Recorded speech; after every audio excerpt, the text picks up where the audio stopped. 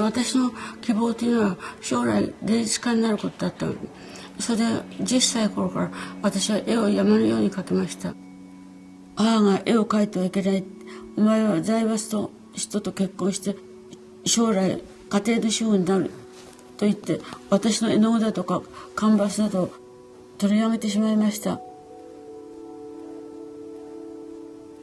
Making art was something that she seems to have done in opposition to her family, but she also was innately talented, and you look at the early drawings and they are completely exquisite.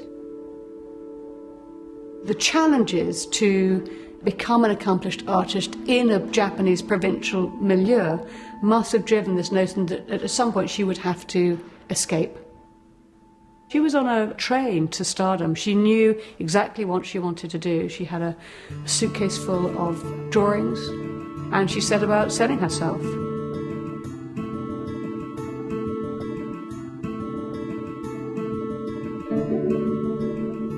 ニューヨークに着いた時に初めてエンパイアステートビルに乗って行ってそれから広いニューヨークを見て私は感動しました。そして私はいつかこのニューヨークを自分の心の中に芸術的な山のような私の蓄えられた力でもってこのニューヨークをいつか制覇して世界に飛び出ていくということを深く誓い合いました。When she first came to New York, it was a man's world. The art world was aggressively male. It was a cutthroat period, you know. I think it was very difficult to be a woman artist. そしてニューヨークでもって私は死に物狂いで戦いました。美術のことで。そして一生懸命絵を描き、細かい網目の作品を作って、そしてそれが33フィートの大きさになるの。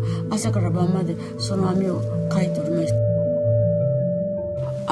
私がね絵を描いてるとね、そしてその絵がね床を見るとその絵がね発展してって向こうを見るとね幻覚が来て全部ね幻覚になって渦まって、それでね結局私はねエンバイラメンタル超芸術家としてね発展することになってました。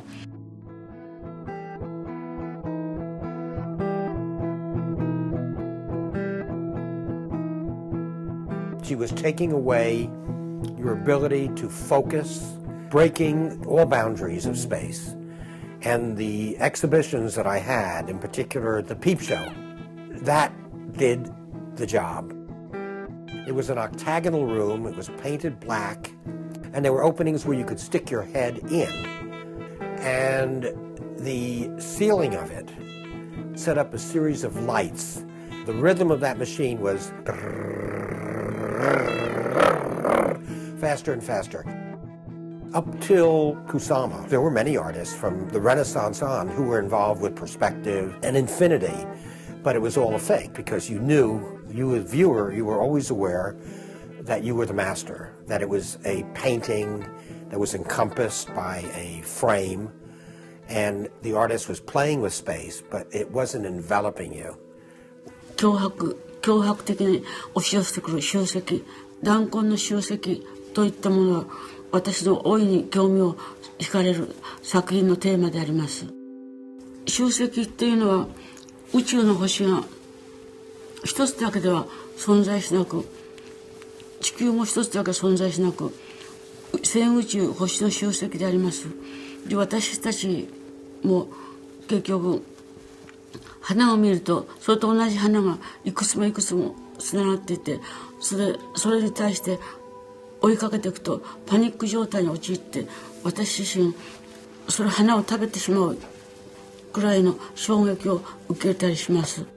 それは結局体の調子が悪くてね、あまりにも絵描きすぎて、それで具合が悪くてこっちの方に来まして。To go back to Tokyo and to start from scratch again for Kusama was quite extraordinary. because she wasn't known there and she hadn't been recognised. Clearly, the strains and stresses of life, the memories, have forced her to withdraw. But what she's always done, she has always managed that process incredibly well. Kusama is now living in a mental institution, but by day she occupies across the street in a busy suburban neighbourhood of Tokyo a very well-appointed studio facility where she has a team of assistants, and she has a space for painting, she has a space for her library, her archive, and every morning she gets there and she's a consummate professional and she works from 9 to 6. And I think there's a sort of a managing madness about Kusama, which is so utterly sane, which is really interesting. She's used her trauma, she's used these experiences in her past, she's been able to harness experiences that might drive other people insane to enormously productive ends. She's an extraordinary person in that way.